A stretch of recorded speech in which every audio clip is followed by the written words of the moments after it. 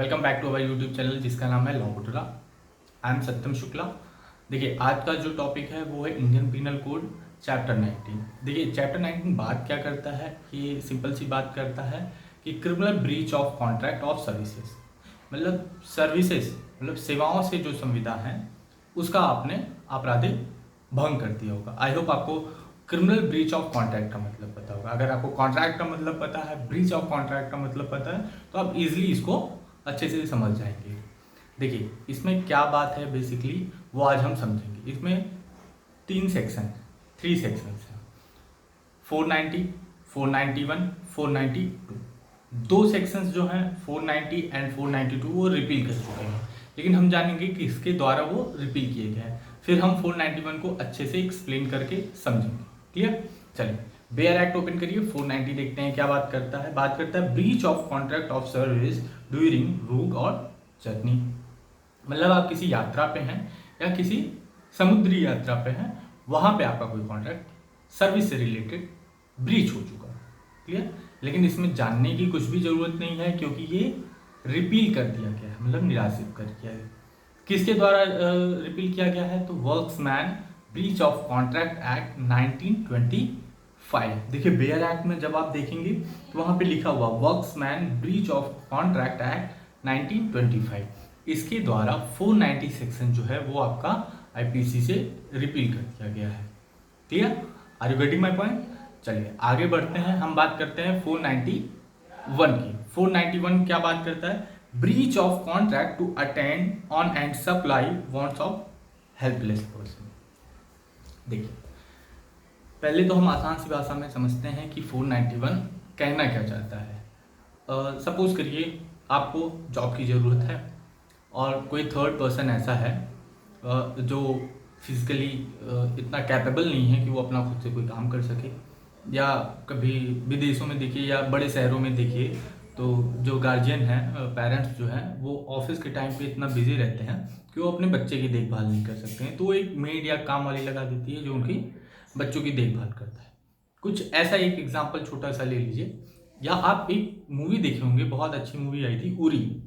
उरी में विकी कौशल की जो माँ रहती हैं वो काफ़ी बीमार रहती हैं, मतलब वो भूल जाती हैं, कहीं भी चली जाती हैं, वो अपना टाइम से खाना पीना भी नहीं कर पाती हैं। तो उनके लिए विकी कौशल ने एक हेल्पर रखा हुआ था, यामी गौतम।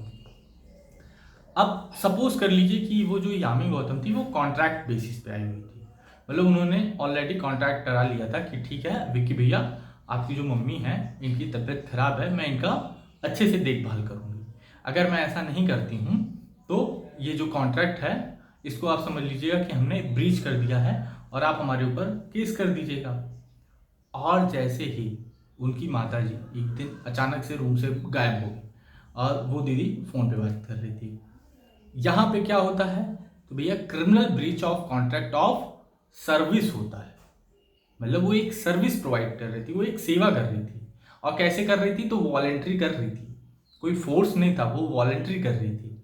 वॉलेंट्री होना जरूरी है। क्लियर? सेम 491 यही कहता है कि अगर कोई नवजात शिशु है, मतलब छोटा सा बच्चा है जो अपनी देखभाल खुद से नहीं कर सकता है, अपनी ज़रूरत की चीज़ें खुद से नहीं कर सकता है, या कोई ऐसा इंसान है जो अनसाउंडनेस ऑफ माइंड हो, मतलब दिमागी रूप से वो थोड़ा सा उतना कैपेबल नहीं है कि वो अपना खुद से सारा काम कर ले या अपनी ज़रूरत की चीज़ें कर ले।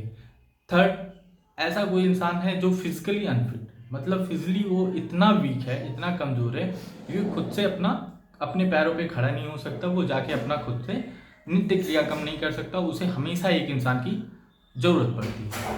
तो ऐसे केसेस में अगर आप वॉलेंट्री कोई सर्विस प्रोवाइड कर रहे हैं, उसका आपने ब्रीच कर दिया, तो क्या होगा? वो criminal breach of contract of service के अंदर आता है।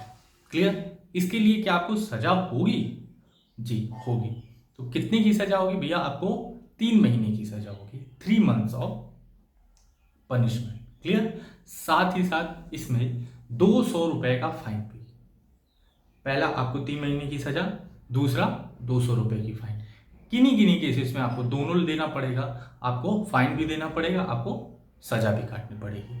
तो 491 में आप याद रखिएगा, कोई भी ऐसा छोटा सा बच्चा हो या कोई अनसाउंडनेस माइंड पर्सन हो या कोई ऐसा इंसान हो जो फिजिकली कैपेबल नहीं है अपना काम करने के लिए, क्योंकि वो इतना वीक है कि वो अपना खुद से कोई काम नहीं कर सकता है। साथ ही साथ और इसमें फाइन कितना लगता है ये याद रखिएगा, और इसमें सज़ा कितनी होती है, 3 महीने की सज़ा और 200 रुपया फाइन। कभी कभी दोनों लगता है, कभी कभी कोई एक लगता है। क्लियर? चलिए, I hope you are getting my points. आगे बढ़ते हैं। 492 बाद क्या करता है, breach of contract to serve at distant place to which servant is conveyed at master. इसको भी हम नहीं पढ़ेंगे। क्यों नहीं पढ़ेंगे भाई साहब? क्योंकि ये भी ब्रीच हो चुका है। किसके द्वारा ब्रीच हुआ है? तो workmen breach of contract act 1925। I hope आपको समझ में आया होगा। मेरा पढ़ाना आपको कैसा लगा आप एक बार कमेंट बॉक्स में जरूर बताइएगा। Thank you.